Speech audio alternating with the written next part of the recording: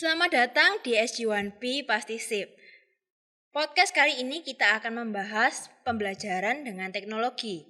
Nah, kita kedatangan dua bintang tamu ya, yaitu dua-duanya seorang guru ya. Ada Pak Diego sebagai guru matematika di SMA Kristen Gloria 1. Selamat datang Pak Diego. Halo Bu Sonia, apa Ya, kabar? baik-baik ya Pak ya, puji Baik Tuhan. Bu, puji Tuhan. Nah, bintang tamu kedua kita adalah Pak Alvin.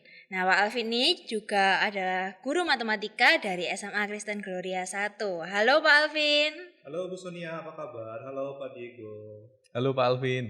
Ya, jadi kita bertiga kita akan ngobrol-ngobrol santai membahas tentang penerapan teknologi dalam pembelajaran. Nah, Pak Diego sama Pak Alvin udah cukup lama nih di SMA Gloria 1. Kenapa Pak kok memutuskan untuk menjadi guru? Mungkin Pak Diego bisa menjawab?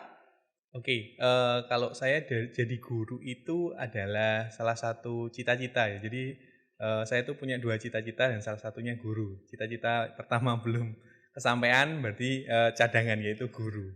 Jadi itu yang membuat saya jadi guru dan keluarga saya dari kakek, dari papa saya sampai ke saudara-saudara saya semuanya adalah rata-rata pekerjaannya adalah guru. Jadi sudah mendarah daging di keluarga kami kalau keluarga guru gitu. Wah, keren sekali. Jadi Pak Diego ini keluarganya hampir semuanya guru ya Pak ya, mengabdi Bu. untuk mencerdaskan anak bangsa. Kalau mungkin Pak Alvin, kenapa Pak kok memutuskan untuk menjadi guru? Kalau saya beda cerita Bu, saya malah di keluarga saya nggak ada yang jadi guru sama sekali, cuman saya aja yang jadi guru. Karena kalau saya lebih pengen sharing tentang matematika Bu, kenapa jadi guru matematika? Saya pengen sharing bahwa matematika itu ternyata nggak sesusah yang orang-orang pikirin gitu. Ternyata matematika itu bisa dibuat fun. Jadi salah satu cara untuk bisa share soal matematika ya dengan jadi guru, karena kan kita punya, jadi saya punya audiens yang banyak, saya bisa share matematika ke lebih banyak orang lagi. Itu paling. Oh, berarti Pak Alvin ini memang benar-benar passionnya di matematika ya. Nah, Betul. kenapa sih Pak kok matematika? Padahal anak-anak itu sering menganggap matematika itu sebagai suatu momok. Kalau bagi saya matematika itu semua hal itu matematika Bu. Semua hal, dari hal ilmu apapun basicnya matematika. Ketika kita lihat sejarah manusia pun dasarnya juga matematika. Mereka transaksi, barter itu kan matematika juga. Jadi yang menarik bahwa ketika kita belajar matematika, bahwa semua hal pun ya kita pelajari gitu. Bahkan kalau kata orang, matematika itu adalah ilmu untuk mempelajari dunia gitu. Jadi itu kenapa bagi saya matematika itu asik, karena saya belajar banyak hal dari matematika. Wah, keren sekali ya Pak Alvin ya. Berarti matematika itu ilmu yang kita pakai ya sehari-hari dalam kehidupan kita. Berarti dulu waktu SMA nilainya matematika pasti bagus nih Pak. Gimana? Kalau saya jelek Bu. Wah, kalau Pak Diego? Kalau saya yang paling tinggi matematika sih dari SD sampai SMA yang paling tinggi matematika. Ya mungkin karena papa kan juga guru matematika. Jadi harus bisa lah matematika. Wah, keren-keren. Jadi ada dua sisi ya. Sama-sama guru matematika, namun mungkin ada perbedaan waktu pengalaman belajar di sekolah ya.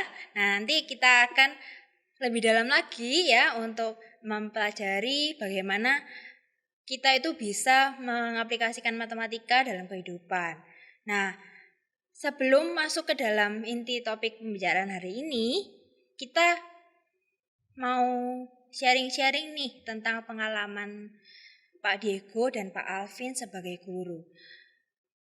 Pak Diego dan Pak Alvin ini tentunya sebagai guru matematika kan sudah lulus SMA ya, lulus kuliah. Nah, apakah selepas dari sekolah itu Pak Diego udah selesai belajar atau masih belajar lagi sampai sekarang? Sampai sekarang sih masih belajar. Tentunya setiap hari itu pasti ada hal-hal yang baru tentang matematika dan itu perlu dipelajari. Apalagi semakin kesini matematika itu semakin berkembang, nggak hanya digunakan dalam pelajaran tapi digunakan dalam berbagai bidang. Nah itu juga bisa dipelajari juga dan manfaatnya juga banyak sekali sih Bu. Jadi kalau dari saya sih terus belajar sih. Saya juga belajar dari Pak Alvin juga dan juga guru-guru matematika yang lain. Itu sih, Bu. Wah, iya benar. Karena matematika ini aplikatif ya, bisa digunakan dalam ilmu-ilmu yang lain. Betul. Bahkan dalam biologi aja juga pakai matematika loh, Pak. Oh, betul. Kalau Pak Alvin nih, Pak Alvin biasanya belajar apa aja kalau selama menjadi guru ini? Kalau kita guru, Bu, malah guru itu malah harus lebih belajar, Bu. Kalau kita nggak belajar, kalau kita nggak berkembang setiap harinya, bagaimana kita bisa mengajarkan murid-murid kita? Jadi kita pun harus terus belajar, kita harus terus berkembang setiap harinya, baru kita bisa mengajarkan murid-murid. Kalau dosen saya bilang dulu, cara tercepat untuk belajar itu adalah mengajar, Bu. Nah, kita mau mengajar, kita harus belajar persiapan dulu materinya, terus ilmu-ilmu pun kita kan harus up to date. Apalagi dengan anak-anak muda kan kita harus ilmu kita juga harus ikut up to date dengan dunianya mereka gitu. Jadi tetap harus belajar. Kalau saya belajar ya karena saya guru matematika, belajarnya matematika, Bu. Iya, benar-benar. Berarti kita sebagai guru juga pastinya akan terus belajar ya, supaya kita bisa memberikan ilmu-ilmu yang fresh buat anak didik kita. Betul. Jadi ilmu-ilmunya tuh nggak hanya sampai di batas ini aja, tapi bisa upgrade terus ya, kayak Betul, Bu. gitu. Nah, sekarang kan HL nih Pak, jadi kita semua bekerja dari rumah, kita belajar di rumah. Bagaimana sih cara mengatur waktu untuk Bapak itu bisa membuat video, bisa membuat tugas, dan juga membantu siswa yang mungkin perlu bantuan dalam mengerjakan atau mempelajari matematika? Mungkin Pak Diego boleh? Oke, kalau saya biasanya bikin videonya itu 3 hari ya, maksimal itu 3 hari sebelum saya memberikan video itu. Lalu sisa 2 harinya untuk saya pelajari lagi dari video itu untuk editnya, untuk merevisi mana yang salah. Setelah itu baru saya upload. Nah, untuk membantu siswa yaitu biasanya saya lewat chat atau video call melalui WA atau Line gitu. Kalau mereka masih belum paham dari video saya dan dari penjelasan saya melalui WA atau Line, biasanya saya bukakan Zoom. Jadi saya bukakan Zoom untuk beberapa anak yang belum paham. Seperti itu sih, Bu, saya ngaturnya. Wah, berarti sibuk sekali ya Pak Diego ya. Membantu siswa, bikin video, bikin tugas. Belum lagi ada memeriksa pekerjaan dari siswa juga. Nah, Pak Alvin mungkin juga sama ya, kurang lebih ya dengan Pak Diego ya. Iya, Bu, Gimana sama. kalau Pak Alvin? Kalau saya tuh biasa saya ngambil misalkan kalau saya kan sekarang ngajar tuh Senin, Selasa, Kamis, Jumat. Rabu ini saya kosong. Nah, Rabu ini biasa saya pakai untuk rekaman video, koreksi anak-anak. Terus kalau membantu tuh biasa kalau lagi pembelajaran via video, anak-anak yang nggak ngerti tuh biasa line ke saya langsung, terus saya bantu lewat line, saya jelaskan dari line, saya coba coret-coret terus saya foto ke mereka. Jadi seperti itu kalau buat video, saya ambil waktu-waktu kosong itu baru saya bisa sekaligus bikin beberapa video itu untuk seminggu atau 2 minggu gitu. Jadi saya mencari waktu kerja yang saya kosong di situ. Wah, berarti manajemen waktunya sangat baik sekali ya. Bahkan ada pepatah ya bilang kalau guru matematika itu nggak pernah sakit. Karena kalau misalnya Amin, sakit, amin. udah ketinggalan semua ya. Udah planningnya yang tersusun lama itu bisa berantakan. Nah, apakah nggak ada waktu senggang nih Pak? Masa harus kerja terus atau bikin video terus kayak gitu? Nah, kalau dari Pak Alvin nih, Pak Alvin kan udah sibuk banget ya bikin video dan kegiatan-kegiatan yang lain. Apakah Pak Alvin masih punya nih waktu senggang untuk melakukan hobi atau kegiatan lain? Oh, harus punya, Bu. Kalau kita kerja terus malah tidak produktif nantinya. Jadi saya mencoba menerapkan prinsip-prinsip yang dipakai kalau kita melihat orang-orang dengan budaya barat seperti itu. Mereka kerja dari 9 to 5, jam 9 sampai jam 5. Jam 5 mereka selesai kerja, tutup laptop, semua selesai, mereka pulang, nggak bawa kerjaan ke rumah. Itu idealnya seperti itu. Itu yang saya coba terapkan. Jadi saya punya waktu untuk me time, untuk quality time dengan keluarga, sehingga tidak kerja terus gitu. Karena kalau kita kerja terus, bahkan secara manusia, secara psikologi itu pasti produktivitas, kualitas itu akan turun. Jadi saya berusaha bagaimana saya bisa menyelesaikan semua pekerjaan saya di jam kerja. Nah, di sini berarti saya harus bisa manage jam kerja ini supaya efisien, jadi supaya semua kerjaan saya bisa saya kerjakan dalam jam kerja ini. Sama seperti anak-anak juga. ketika mereka jamnya sekolah, misalkan jamnya belajar ya belajar gitu. Misalkan mereka masuk jam 8 sampai jam 3, maka gunakanlah waktu itu untuk belajar dengan optimal gitu. Nah setelah jam 3, setelah itu selesai sekolah, barulah kita mulai misalkan mereka main game atau chat dengan teman atau buka nonton YouTube. Jadi kalau saya berusaha jangan sampai saya gunakan waktu kerja itu untuk misalkan nonton drama. Otomatis kan waktu kerja saya kepotong. Kalau seperti itu nanti saya bikin video harus di waktu senggang saya. Jadi harus ada trade off di situ. Nah, saya tidak mau seperti itu. Jadi optimalkan waktu kerja. Ketika waktu kerja selesai ya selesai. Disitulah saya lakukan waktu senggang itu. Me time saya, quality dengan keluarga seperti itu. Di Sabtu Minggu saya tidak membuka kerjaan, istilahnya seperti itu. Kalau Pak Diego mungkin? Kalau saya kurang lebih sama sih. Mencoba untuk setelah pekerjaan selesai gitu 3:30 selesai ya sudah waktunya untuk keluarga. Kalaupun masih ada pekerjaan lagi ya diselesaikannya biasanya agak malam sih karena di rumah juga ada anak, nunggu anak tidur dulu biasanya seperti itu sih. Baru mengerjakan tugas tambahan atau mungkin tugas yang belum terselesaikan. Tapi kalau saya sama seperti Pak Alvin, Sabtu Minggu buat keluarga dan juga buat ibadah gitu sih Bu. Wah, berarti yang penting memang kita harus menjaga antara hidup pekerjaan dan belajar dengan keluarga ya. Berarti ada waktu ya untuk keluarga, ada waktu untuk pekerjaan dan belajar. Nah, karena gimana pun pasti keluarga yang utama. Nah, kalau Pak Diego kan mungkin sudah menikah ya, sudah ada anak di rumah. Apakah masih punya waktu untuk melakukan hobi di waktu senggang? Kalau hobi saya itu kan sepak bola. Ya saya main-main bola sendiri sih Bu, karena kan nggak mungkin main sama banyak orang kalau di pandemi kayak gini. Tapi biasanya waktu senggang itu saya gunakan untuk keluarga, untuk main sama anak. Dan kalau malam biasanya kalau memang anak sudah tidur, ya biasanya hampir sama kayak Pak Alvin ya, buka-buka game sedikit lah, game waktu SMA gitu. Itu sih Bu kurang lebihnya. Berarti Pak Diego ini juga suka main game ya? Satu game aja sih dari dulu. Game apa nih Pak? Game sepak bola aja. Oh ya, Karena saya juga karena suka sepak bola, nggak bisa main apa tatap muka gitu, nggak bisa main fisik ya mainnya online aja. Gitu. mengobati kerinduan untuk bermain bola Ya ya Pak ya. betul. Kalau Pak Alvin nih, biasanya hobinya apa? Kalau waktu senggang itu biasa saya suka nonton sama istri Bu, nonton film biasanya antara di Netflix atau nonton serian gitu. Terus kalau sudah bosan nonton, biasanya saya suka main game sama teman-teman saya, sama sahabat-sahabat dekat saya. Jadi saya berpendapat bahwa relasi dengan sesama itu penting. Jadi saya membangun relasi yang bagus dengan sahabat-sahabat saya ya, dengan kita main game, dengan saling sharing, dengan saling curhat masalah kerjaan seperti itu. Jadi lebih asik gitu. Jadi kalau kita main game kan dia ada penghilang stresnya ya, di game itu kita bisa ketawa-ketawa, bisa marah-marah gitu sama teman walaupun bercandaan gitu. Tapi itu yang membuat jadi menghabiskan waktu senggang saya dengan seperti itu. Wah, dua guru kita ini senang banget ya main game ya ternyata ya. Nah, game ini kan adalah salah satu dari perwujudan teknologi ya, Bapak. Nah, sekarang kita kan sedang HL ya, karena kita sedang mengalami pandemi, kita tidak bisa bertemu secara langsung.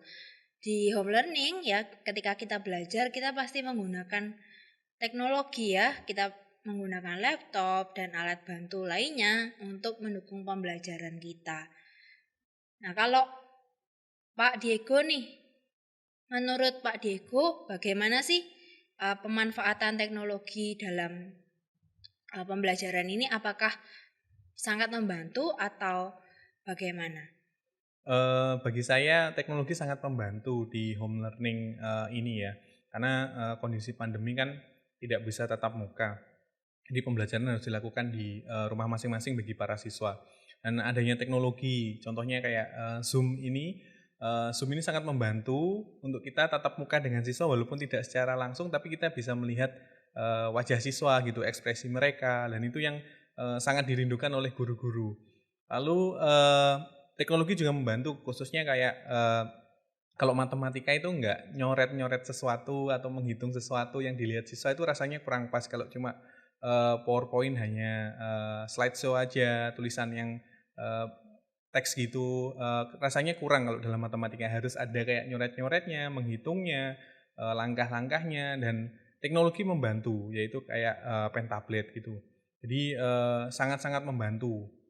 Lalu ada kalau di matematikon namanya GeoGebra, anak-anak bisa melihat, contohnya kalau di kelas 12 ini, anak-anak kelas 12 mereka dapat dimensi 3. Nah, GeoGebra ini dapat membantu mereka untuk melihat secara visual dengan bagus kayak dimensi 3 itu seperti apa, terus yang dihitung itu bagian mana, dari bangun ruangnya, itu memudahkan mereka sih.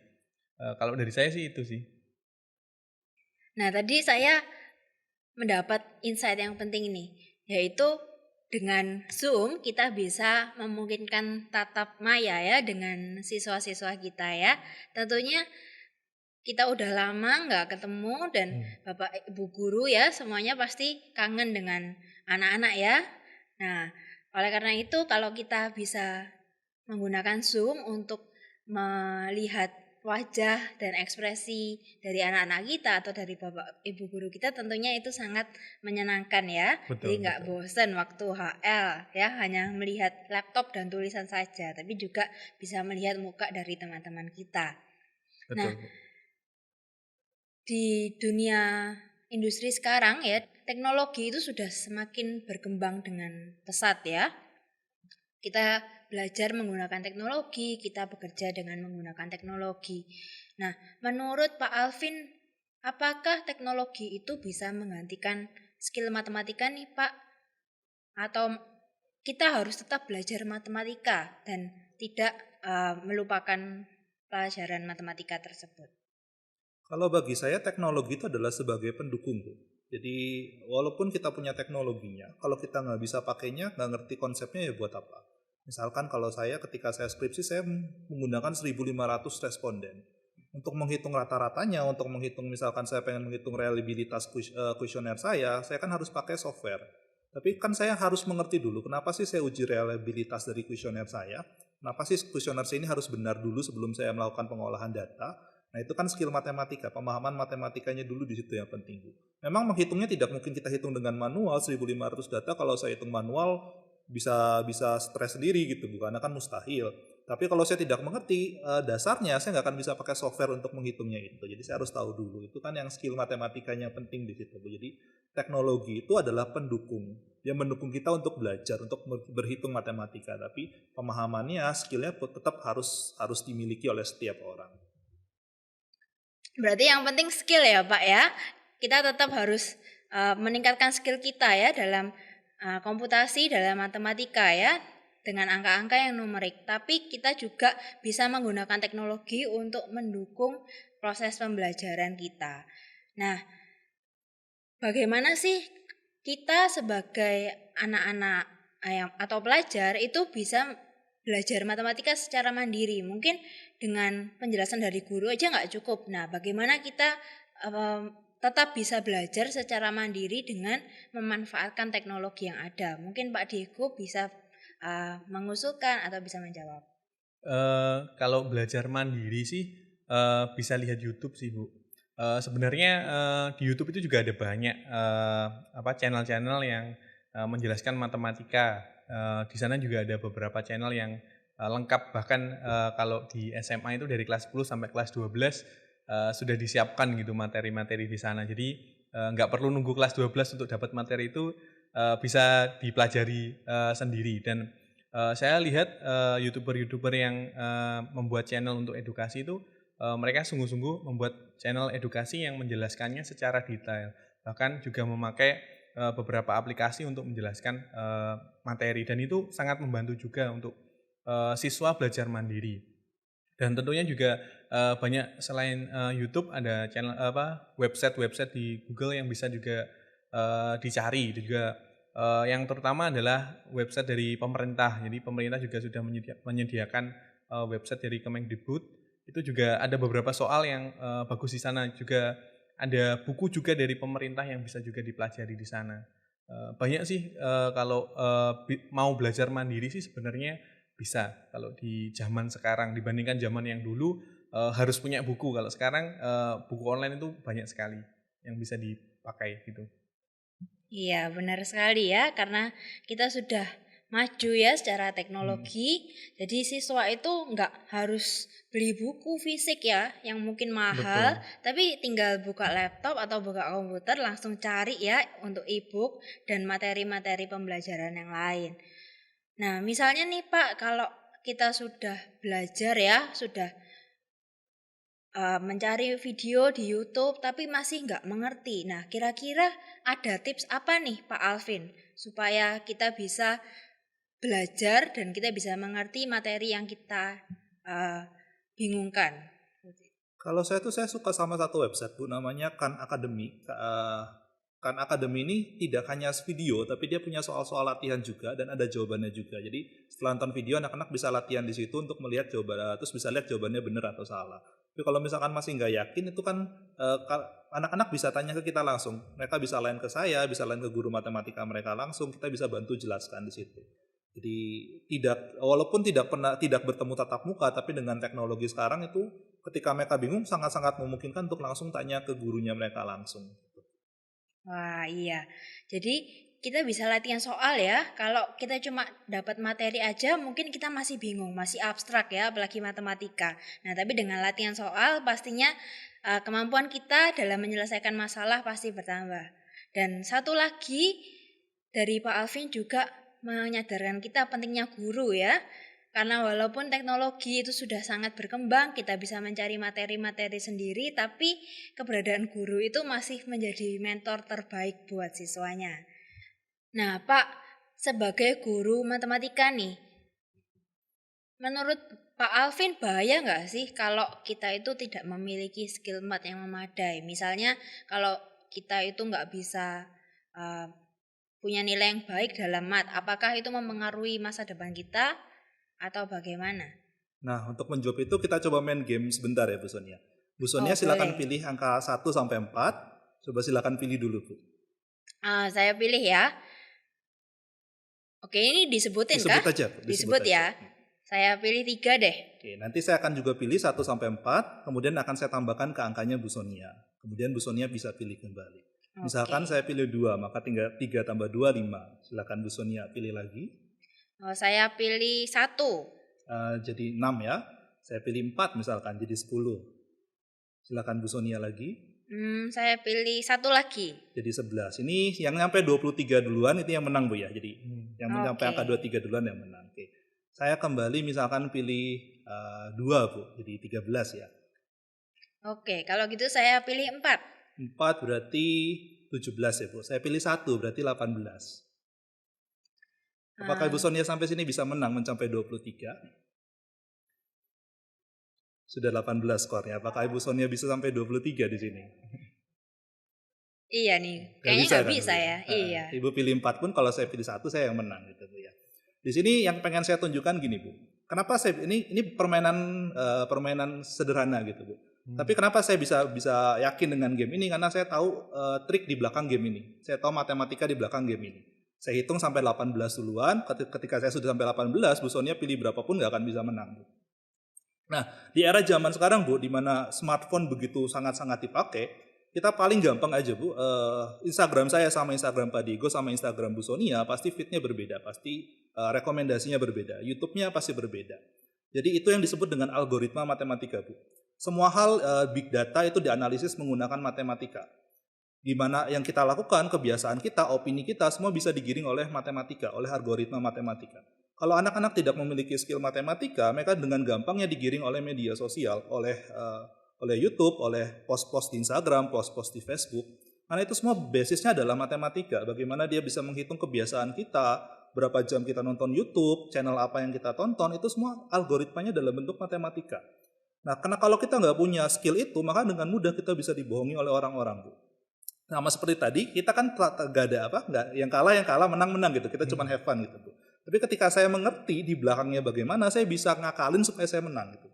Nah, ketika anak-anak masuk dalam dunia kerja juga seperti itu. Kalau mereka tidak punya background matematika yang kuat, mereka akan digiring opini mereka, tindakan mereka itu akan digiring dengan sangat-sangat mudah digiring. Karena kembali lagi bahwa sekarang analisa big data itu luar biasa sekali. Apa yang muncul ketika Google always listen gitu, karena apa yang kita omongin itu semua didengarkan oleh Google dan itu dihitung oleh matematika untuk jadi iklan bagi kita. Jadi penting sekali matematika ini.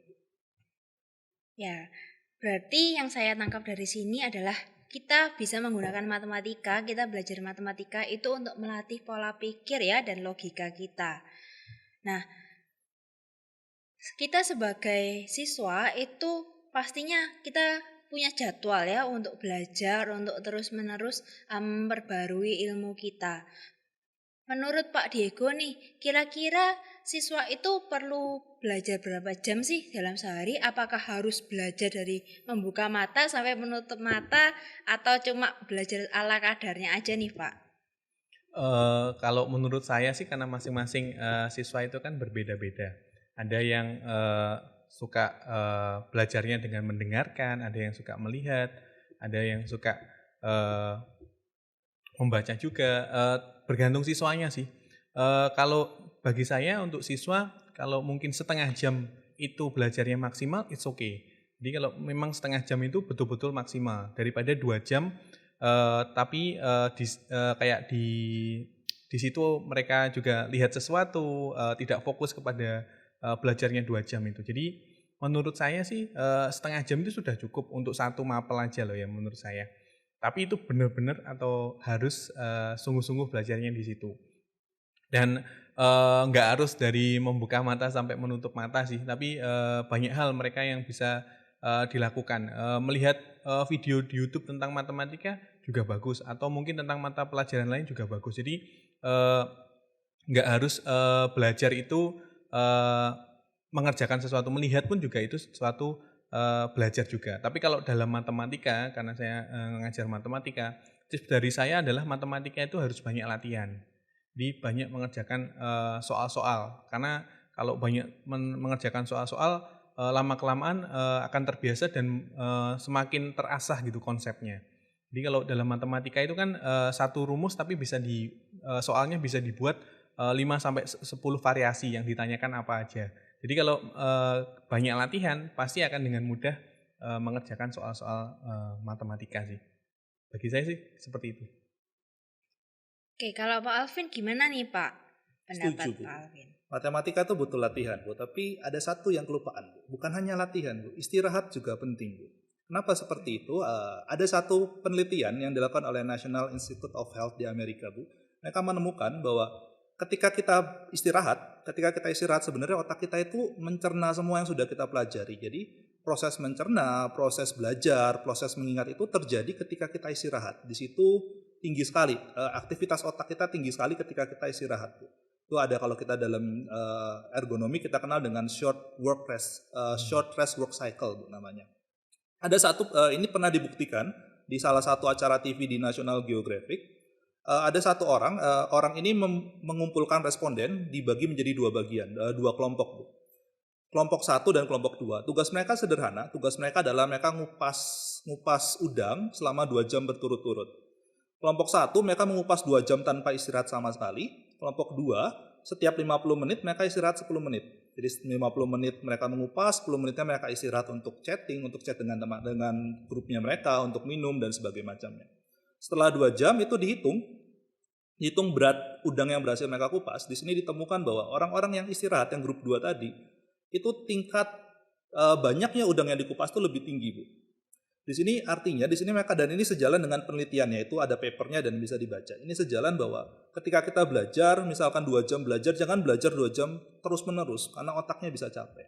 Coba potonglah dengan short rest seperti tadi, 50 menit belajar, 10 menit istirahat. Tapi jangan sampai kelebihan istirahatnya, jadi setelah di timer gitu, 10 menit, timernya bunyi, lanjutkan belajar lagi.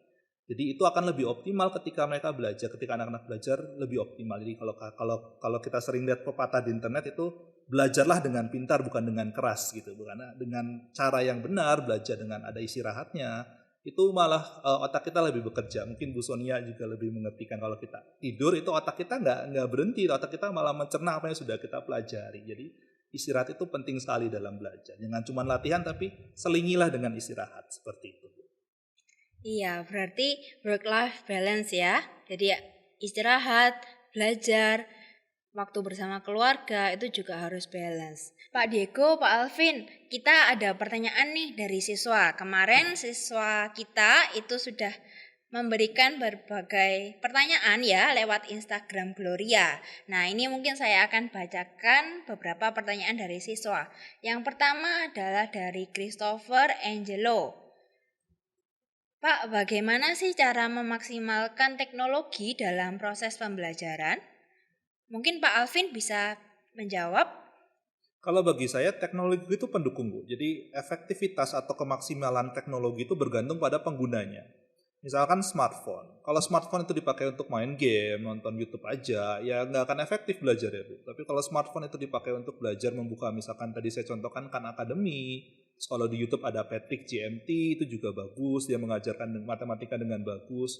Itu maka teknologi menjadi efektif dalam belajar. Maka kembali lagi kepada penggunaan teknologi itu sendiri. Mau belajarnya bagaimana? Kalau dia mau efektif, maka gunakanlah smartphone, teknologi itu untuk hal-hal yang positif. Gitu sih. Oke, pertanyaan yang kedua ini dari Caroline Maria _. Mungkin buat Pak Diego nih, apa Boleh. yang kira-kira akan terjadi dengan teknologi 10 tahun mendatang? Saya bukan peramal sih Bu, tapi kurang lebihnya kalau dilihat semakin kesini teknologi akan semakin bagus gitu ya. Kalau dilihat sekarang aja siswa itu nggak harus belajar di sekolah, belajar di rumah pun bisa. Jadi artinya mungkin ke depan teknologi akan semakin terus berkembang gitu ya. Nggak cuma stuck di sini aja, tapi semakin lama semakin bagus gitu ya. Tentunya juga guru-gurunya juga pastinya akan semakin bagus juga. Karena dengan adanya teknologi, gurunya pasti juga akan mengikuti. Jadi sama-sama meningkat terus nih. Kalau 10 tahun lagi pastinya akan lebih bagus lagi sih. Sekarang aja sudah ada kayak contohnya di SMA kita ada IT board gitu ya. Yang dulu di sekolah saya belum ada, di zaman saya itu belum ada papan yang bisa ditulis-tulis atau touchscreen, tapi sekarang sudah ada. Artinya semakin lama teknologi itu semakin berkembang gitu. Tapi apakah teknologi itu akan menggantikan sebuah guru? Saya rasa juga tidak. Jadi guru tetap ada dan teknologi tetap ada dan saling selaras untuk membangun gitu.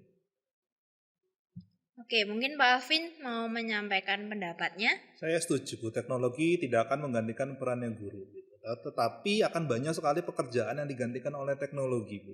Sebagai contoh, kalau kita lihat Singapura aja sekarang, Terminal 4-nya Changi sudah tidak ada lagi yang kerja di situ. Semua sudah menggunakan self-automated robot, cleaning robot. Kalau kita lihat di Singapura juga, supermarket itu sudah tidak ada lagi orang yang beberapa supermarket mereka sudah nggak pakai lagi kasir, Bu. Mereka sudah menggunakan self-service semua, bayarnya sendiri otomatis semua. Jadi lama-kelamaan akan banyak pekerjaan yang digantikan oleh teknologi. Maka kembali lagi bahwa kita harus belajar menguasai teknologi itu. Jadi kita harus bisa menguasai teknologinya supaya pekerjaan kita tidak digantikan oleh teknologi itu sendiri. Gitu sih. Iya, jadi kita sebagai manusia, kitalah yang harus menguasai teknologi ya, bukan teknologi yang menguasai kita. Betul. Nah, sekarang nih kita hampir sampai di penghujung podcast kita. Nah, kita bakal main games nih, Pak Diego, Pak Alvin. Oh. Nah, di sini aturannya saya akan mengatakan 2 opsi pilihan ya. Jadi Pak Diego dan Pak Alvin bisa menuliskan jawabannya, pilihannya. Nah, ini nggak ada benar atau salah. Nah, kita seru-seruan aja. Kita mau lebih mengenal ya guru kita. Oke. Mungkin Pak Diego, Pak Alvin, apakah sudah siap untuk spidolnya dan kertasnya? Oke, kita mulai ya. Nah, pilih salah satu antara musik dan video. Nah, bisa ditunjukkan? Saya kecil sih. Wah, Pak Alvin suka musik. Kelihatan enggak ya? Kalau Pak Diego juga suka musik. Wah, Oke, serasi kelihatan. nih. Nah, coba yang kedua ya. Mau jago semua bahasa atau jago main alat musik? Pilih yang mana? Oke. 1, 2, 3. Bisa ditunjukkan? Jago semua bahasa, Pak Diego. Kemudian jago main alat musik, Pak Alvin. Wah, Pak Alvin kepingin jago ya main alat musik. Oke, kemudian yang terakhir nih, kita mau menutup gamesnya dengan tebak-tebakan. Nah, karena Pak Diego dan Pak Alvin ini adalah guru matematika, ya, jadi tebak-tebakannya lebih afdol ya kalau pakai matematika. Coba Pak Alvin dan Pak Diego bisa menuliskan di kertas ya, angka berikut ini. Saya diktekan ya, 16, 06, 68, 88, tanda tanya, dan 98. Nah, kira-kira tanda tanya itu isinya apa sih? Coba mungkin yang sudah selesai bisa ditunjukkan ke kamera. Aku gak ngerti.